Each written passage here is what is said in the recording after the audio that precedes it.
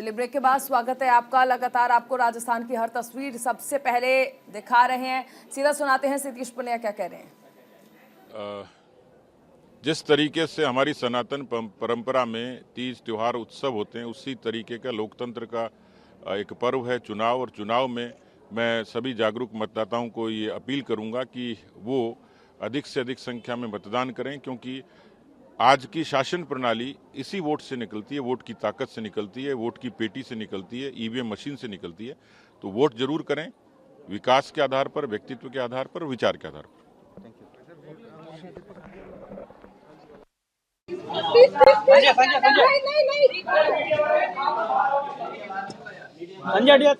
संजय इधर आ जाओ।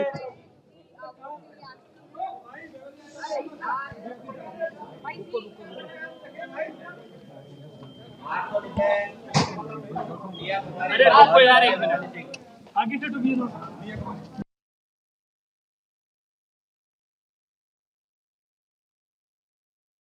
अपने मताधिकार का इस्तेमाल करते हुए अपने तमाम अतिथियों का हम रुख कर रहे हैं। आर.के. मिश्रा जी जुड़े हुए हैं हमारे साथ में, रत्नाकर जी हैं, रवि व्यवस्था जुड़े हुए हैं।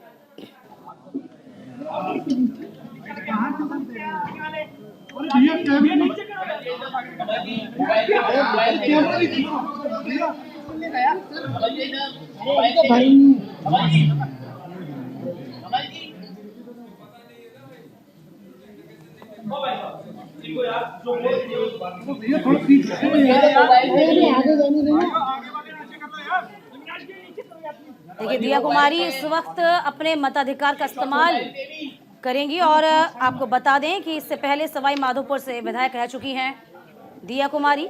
जयपुर और पूर्व घराने की राजमाता स्वर्गीय गायत्री देवी भी 2 बार सांसद रह चुकी हैं। दिया के पिता भवानी सिंह ने भी चुनाव लड़ा। और देखिए साथ ही सचिन पायलट तस्वीरों में आप देख सकते हैं, जो कि अपने मताधिकार का इस्तेमाल करने के लिए पहुंचे हैं। और इससे पहले सचिन पायलट को आपने सुना भी था, जिसमें उन्होंने कहा था कि इस बार कांग्रेस की ही सरकार बनने वाली है।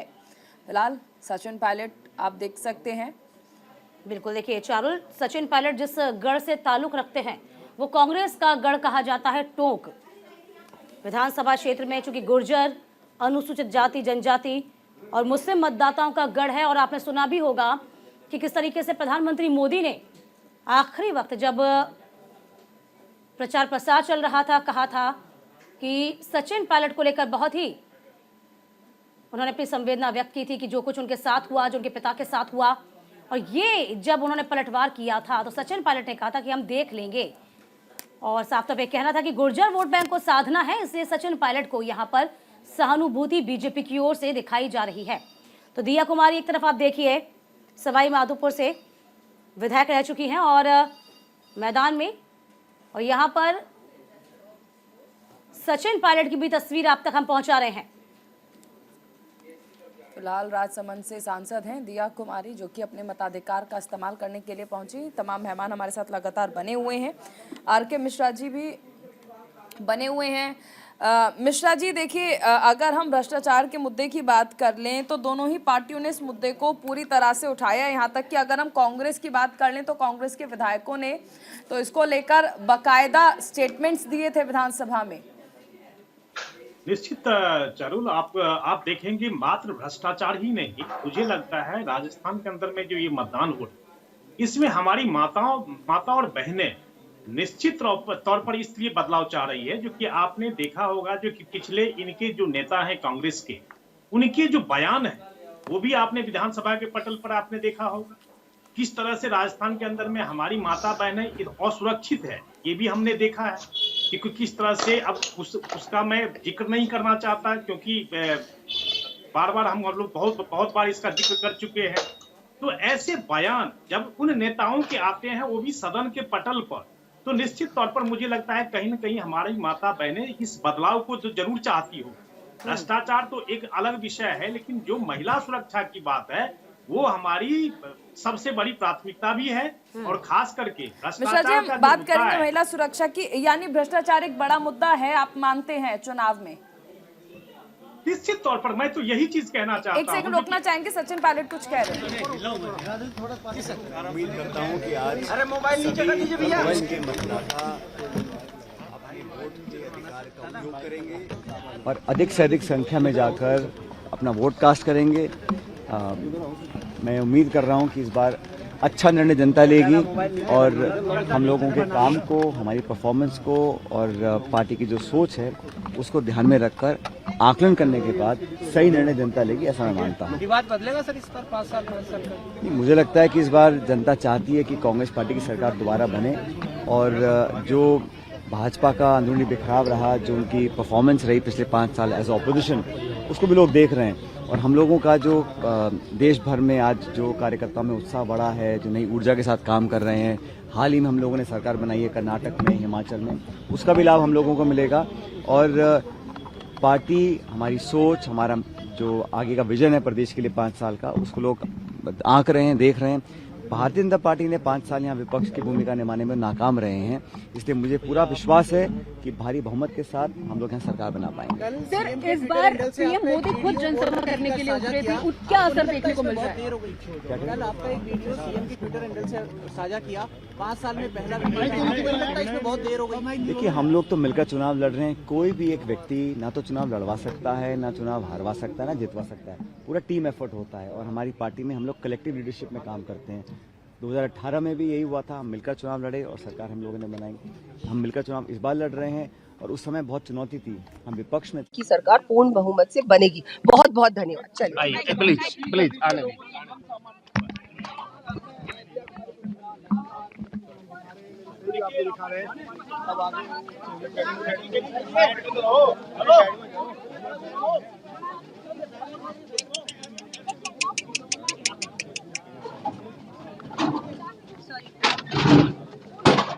कर लेते हैं जी। चलिए, तमाम जो दिग्गज क्या कुछ कह रहे हैं, सबसे पहले वो जान लेते हैं। चलिए, आइए वो दिग्गजों को जान लेते हैं इस वक्त वो क्या कुछ कह रहे हैं। रिपीट होगी, ये निश्चित है, क्योंकि माई बाप तो जनता होती है। जनता का मूड इस बार रिपीट करने का ही है। मैं केरल गया था, केरल के अंदर 70 साल तक एक बार कांग्रेस, एक बार कम्युनिस्ट पार्टी के शासन आते थे। इस बार सिर्फ इसलिए रिपीट हुई कम्युनिस्ट पार्टी गवर्नमेंट कि कोविड में अच्छा काम किया। तो अगर वहाँ के लोग समझदार, हमारे लोग भी कम समझदार नहीं हैं, लोग समझते हैं कि यहाँ भी शानदार काम हुआ कोविड का। बिरोड़ा मॉडल हमारा पूरे WHO तक पहुँच गया।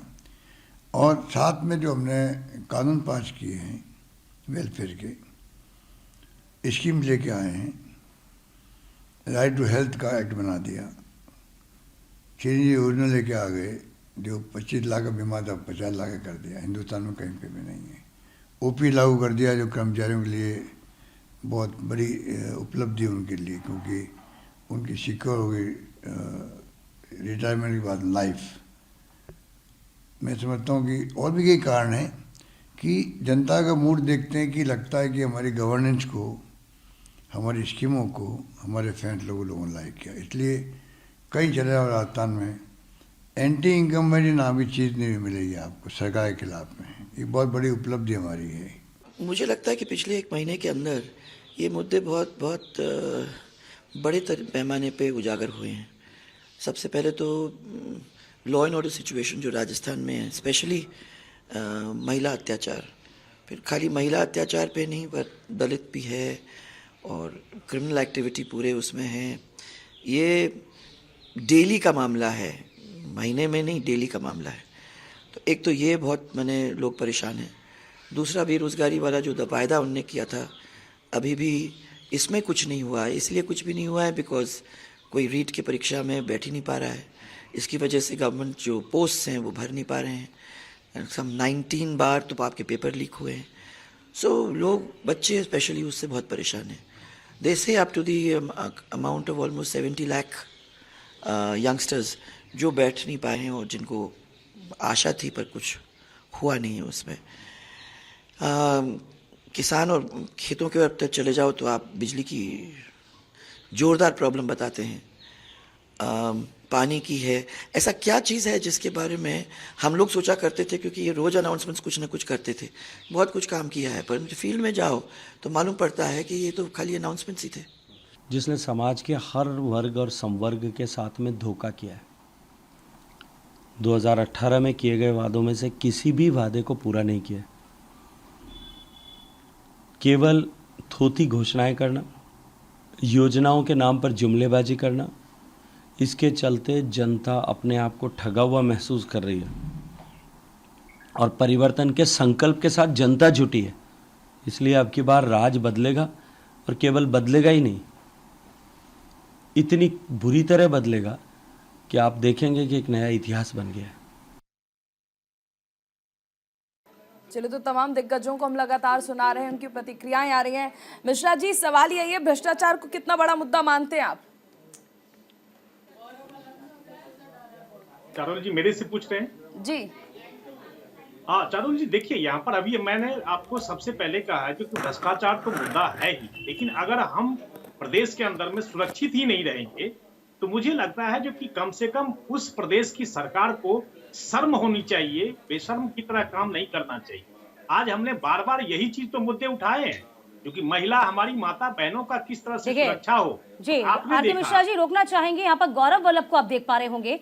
गौरव वल्लभ भी यहाँ पर अपने मताधिकार का इस्तेमाल कर रहे हैं और लोगों से अपील भी कर रहे हैं। जी देखिए मिश्रा जी, साफ तौर पे आप भ्रष्टाचार की बात तो कर रहे हैं, लेकिन यहाँ पर जिस तरीके से देखिए, चलिए कुछ कह रहे हैं, ये भी जान लेते हैं। एग्ज़ाम तो है, पर जो छात्र साल भर पढ़ते हैं उनको एग्ज़ाम से घबराहट नहीं होती, और हमारे साथ ईश्वर का भी आशीर्वाद है। हमने हमारे दिन की शुरुआत भगवान जगदीश जगन्नाथ के दर्शन करके, जगदीश चौक जाकर दर्शन करके हमारे दिन की शुरुआत की। ईश्वर भी हमारे साथ है और उदयपुर के 2,44,000 प्लस वोटर्स भी हमारे साथ हैं। हमारे लिए एक ही नारा है, उदयपुर फर्स्ट। हर चीज़ में, भले युवाओं के रोज़गार का सृजन हो, टूरिज़्म इंडस्ट्री के फुटफॉल को डबल करना हो, माइनिंग इंडस्ट्री को और ताकत देकर नए रोज़गार का सृजन करना हो, टाइम पास की जगह अंडरपास बनाना हो। 20 साल टाइम पास खूब हो गया, टाइम पास वालों का टाइम पास हो चुका है, अब अंडरपास का समय आ चुका है। घर घर स्वच्छ पीने का पानी पहुंचाने का संकल्प लिया है। झीलों की नगरी वाला हमारा शहर, दुनिया का सबसे सुंदर हमारा शहर, आपनो उदयपुर, आपनो गौरव वाला शहर में घर में पीने का स्वच्छ पानी नहीं पहुंचा पाए जो लोग, उनको शर्म आनी चाहिए। हमारे यही प्राथमिकताएं और इन्हीं प्राथमिकताओं को लेके हम आगे बढ़ रहे हैं। प्रियल मोरडिया, काफी अच्छा लग रहा है। चलिए, तमाम हमारे इस वक्त अतिथि जुड़े हुए हैं और देखिए बीजेपी के अपने दावे, कांग्रेस के अपने दावे। यहाँ पे रत्नाकर जी, साफ तौर पे आपके पास आना चाहूंगी। यहाँ पे बीजेपी पर साफ तौर पे आप ये कहते हैं कि लगातार विपक्ष के होने के नाते आपने क्या किया, कुछ नहीं किया आपने, और हमने सचिन पायलट को भी सुना था। क्या वाकई में कुछ नहीं किया या फिर आपका भीतरघात कुछ आप ही को दिक्कतें पैदा कर देगा? रत्नाकर जी। दीपिका जी, देखिए भारतीय जनता पार्टी अगर देश की जनता के लिए और राजस्थान की जनता के लिए कुछ की होती, मैंने तो गिनाया है आपको कि हमने क्या क्या किया है और फिर से मैं गिना दूंगा, लेकिन मैं बात करना चाहता हूं पहले प्रधानमंत्री नरेंद्र मोदी जी की, कि जब वो राजस्थान में आते हैं चाहे मध्य प्रदेश में आते हैं, जब चुनाव के समय, तो वो कांग्रेस को कोसने की जगह अगर अपनी उपलब्धियों को गिनाते तो शायद जनता प्रभावित होती और वोट देती। लेकिन ये 53 मिनट के अपने भाषण में 41 बार कांग्रेस को कोसने का काम जिस प्रधानमंत्री, लेकिन आपको लगता नहीं रत्नाकर जी जब वो आते हैं तभी हलचल मच जाती है? क्योंकि आखिरी बार आपने सुना था किस तरीके से, हाँ, वो हलचल मची और उसके बाद वो आपको बाइट भी दिखानी पड़ गई थी। जी रवि जी, आपको याद होगा? हाँ रवि जी क्या, हाँ, सचिन पायलट पे उन्होंने बात कही, राजेश पायलट का जिक्र किया और वो हलचल इतनी जबरदस्त मची कि यहाँ पर साफ तौर पर सचिन पायलट को सामने आना पड़ा था। तो उस हलचल को कैसे देखें? मैं जवाब दे दूं? हाँ, बोलिए। दीपिका जी, देखिए हम हर उस झूठ का पर्दाफाश करेंगे, चाहे उसके लिए हमें बाइट दिखाना पड़े, चाहे हमें व्यक्तिगत रूप से जनता के पास जाकर के उन चीजों को बताना पड़े। और हलचल मचेगी, क्यों नहीं मचेगी? जब प्रधानमंत्री जी झूठ का पुलिंदा बोलेंगे और लोगों के सामने झूठ की जो गारंटी देंगे, तो निश्चित रूप से हलचल मचेगी। झूठ का पुलिंदा का जिक्र कर रहे हैं, चुनावी रैली की है, झूठ का पुलिंदा का जिक्र कर रहे हैं, मैं बात पूरी कर लूं। हाँ, बात पूरी कर लेता हूं। प्रधानमंत्री जी जब भी राजस्थान में रैली किए हैं, आप बता दीजिए सांप्रदायिक घटनाओं का जिक्र करना ही प्रधानमंत्री का कर्तव्य है। वो सांप्रदायिक घटनाओं का जिक्र करते हैं। अरे आप जनता को, राजस्थान की जनता को क्या देते हैं, क्या करते हैं, किस तरह से उनके जीवन शैली को ऊपर उठाएंगे, जीवन स्तर को ऊपर उठाएंगे, रोकना चाहेंगे पूर्व सीएम वसुंधरा राजे पहुंची है रत्नाकर जी, रोकना चाहेंगे पूर्व सीएम वसुंधरा राजे पहुंची है अपने मताधिकार का इस्तेमाल करने के लिए। सीधी तस्वीरें हम दिखा रहे हैं, पूर्व CM Vasundhara Raje vote cast करने के लिए पहुंची हैं। जी रत्नाकर जी। जी मैं वही कह रहा था कि देखिए प्रधानमंत्री जी अगर वही चीज अपनी उपलब्धियों को आकर राजस्थान की जनता को बताते तो राजस्थान जनता निश्चित प्रभावित होती।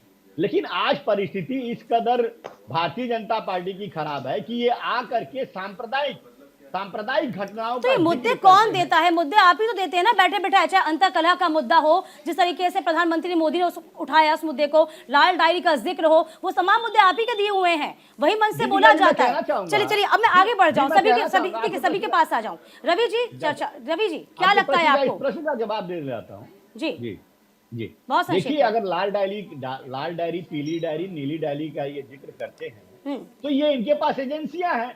वो इंतजार में बैठे थे लोग, और ये ठीक इंतजार में आज से नहीं है। आज से 2018 में जब राजस्थान विधानसभा का चुनाव हुआ था और 10 तक की गिनती पूरी थी, तो 11वें दिन से लोग इंतजार में बैठे थे कि कब वो दिन आए, इन झूठे लोगों को सत्ता से बाहर कर और राजस्थान में फिर से भारतीय जनता पार्टी की सरकार बनाए। एक सबसे अहम चीज, आप विधानसभा क्षेत्र में मेवात क्षेत्र आता है, वहाँ फर्जी वोट डालने और कई तरह की दिक्कतें। रवि अरोड़ा जी मैं आपके पास आ जाती हूँ। क्या लगता है आपको, जिस तरीके से रत्नाकर जी कह रहे हैं हलचल मच जाती है बीजेपी के अंदर, और यहाँ पर साफ तौर पर सचिन पायलट ने कहा कि अपनी भूमिका निभाई नहीं है विपक्ष ने 5 साल में, तो फिलहाल आपको स्थितियां क्या नजर आती है? बैठे बैठाए मुद्दा कौन दे रहा है? कांग्रेस दे रही है? हाँ देखिए, कांग्रेस और बीजेपी कहीं ना कहीं दोनों ही पार्टियों में एक बात देखने को स्पष्ट है कि मुद्दों से भटक रहे हैं। कहीं ना कहीं उन बातों का जो है यहाँ पे बार बार जिक्र होता है जिनका कोई जनता से लेना देना नहीं होता। चाहे हम किसी भी मुद्दे की बात, जैसे पेपर लीक का मामला है, यह बहुत सीरियस मैटर है। कहीं ना कहीं जो है करप्शन की बात होती है, कहीं ना कहीं महिला उत्पीड़न की बात होती है।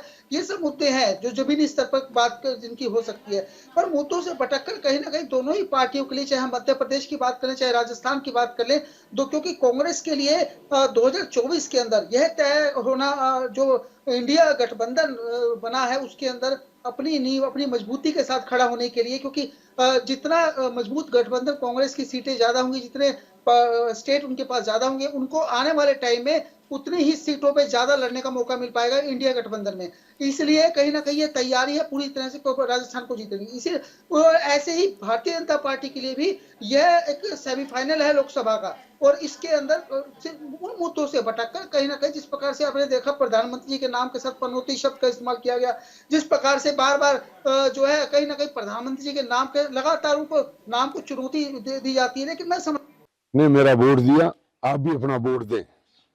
मैं यही निवेदन करूंगा कि शानदार तरीके से मतदान रहे। लोकतंत्र में हिंसा को कहीं जगह नहीं है, लड़ाई झगड़े को लोकतंत्र वोट के राज में कहीं जगह नहीं है। जहां स्वतंत्र हैं लोग, अपनी मर्जी आ जहाँ वोट दें। रात को भी मेरे साथ में जिस तरह की घटनाएं की है, कुछ लोगों ने, बदमाश प्रवृत्ति के लोग हैं, ऐसे राजनीति में लोग नहीं होने चाहिए। सामने वाली पार्टियों के प्रतिनिधियों को भी मैं कहना चाहूंगा कि ऐसे लोगों को कभी साथ नहीं रखना चाहिए जो हिंसा पे उतारू हो। रात को हमारे गनमैन और गजेंद्र सिंह शेखावत ने मतदान कर दिया है। सीधी तस्वीरें आपको दिखाई जा रही हैं। आज तमाम दिग्गज जो हैं वो पहुंच रहे हैं, और राजस्थान का रण बेहद दिलचस्प है इस बार, क्योंकि सवाल यही है कि रिवाज कायम रहेगा या नहीं। चलिए तमाम अतिथियों का रुख कर लेते हैं हम। देखिए इस वक्त आरके मिश्रा जी आपके पास आ जाती हूँ। देखिए सवाल थोड़ा बदल देते हैं, चूंकि अभी हमने देखा कि तमाम विधायकों को भी हमने सुन रहे हैं, निर्दलियों को भी सुन रहे हैं। देखिए निर्दलीय व छोटे दलों के जो प्रत्याशी हैं उनका भी दबदबा है, इससे इनकार नहीं किया जा सकता, और कुछ सीटों पर वो बहुत मजबूत भी हैं। क्या ये आप लोगों के लिए टेढ़ी खीर हो जाएंगे, क्या सरदर्द हो जाएंगे? देखिए पिछला चुनाव भी आप दीपिका देखा होगा, हाँ, जिसमें कांग्रेस ने 100 सीट जीती थी और बीजेपी ने 73 सीट जीती। तो निश्चित तौर पर जो डिफरेंस है वो आपको कहीं ना कहीं आप देखेंगे जो कहीं ना कहीं वो फैक्टर जरूर आपको इम्पैक्ट करेगा। तो ये चीज बहुत बड़ी बात है, जो कि एक एक वोट, आप एक एक कैंडिडेट, हर एक चीज मायने रखता है। आपने देखा होगा जो कि किस तरह से 39.30% जो कांग्रेस को वोट मिला था, वहीं पर 38.8% 2018 के अंदर में मिला था। तो ये कोई डिफरेंस ज्यादा नहीं था, मैं ये नहीं कह रहा हूं जो कि बहुत ज्यादा बहुत बड़ा डिफरेंस था, 1-1.25% का डिफरेंस था, लेकिन यही डिफरेंस कहीं ना कहीं मायने रखता है, कहीं ना कहीं प्रभाव डालती है। तो मुझे लगता है जो हर एक कैंडिडेट, हर एक वोट आपको मायने रखता है, और जब हम जीत करके जाते हैं तो निश्चित तौर पर जो विधानसभा में जो एक बहुमत की बात होती है, बहुमत की बात भी जो है सो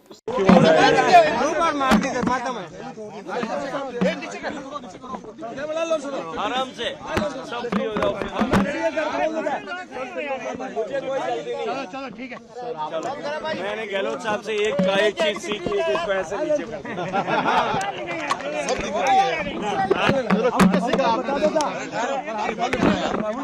बाकी मैं कोशिश कर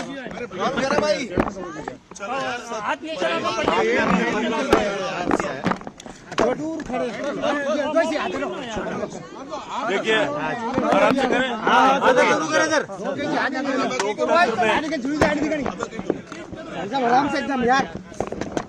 ये अपनी सरकार चुनने का अधिकार लाखों बलिदानों के बाद हासिल स्वतंत्रता और लोकतंत्र के द्वारा मिला है।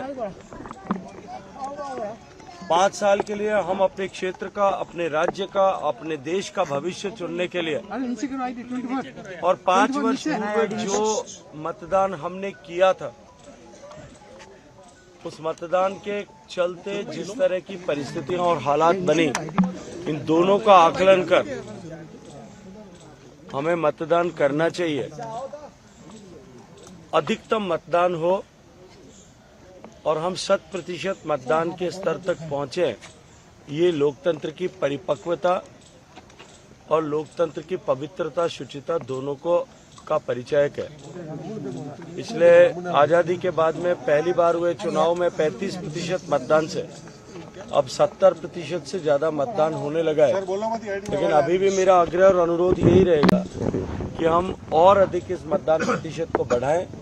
सरकार के स्तर पर भी इस पर प्रयास हो रहे हैं, लेकिन सभी पॉलिटिकल पार्टियां भी इस स्तर तक प्रयास करती है। मैं सब मीडिया के बंधुओं से भी कहूंगा, क्योंकि मतदान प्रक्रिया अभी प्रारंभ हुई है, लगभग 2 घंटे होने को है, आप सब चैनल्स के माध्यम से भी ये संदेश लोगों तक जाए, ये प्रेरित लोगों को हम सब मिलकर के कर सकें कि अधिकतम मतदान हो।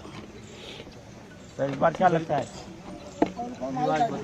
क्या रिवाज बदलेगा इस बार? देखिए, भारतीय जनता पार्टी प्रचंड बहुमत के साथ सरकार में आ रही है।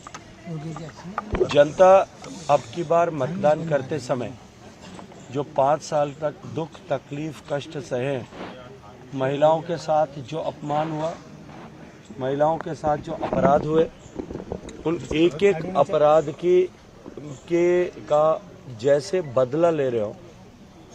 जिस तरह से राजस्थान में पेपर लीक की घटनाएं हुई, जिस तरह से राजस्थान में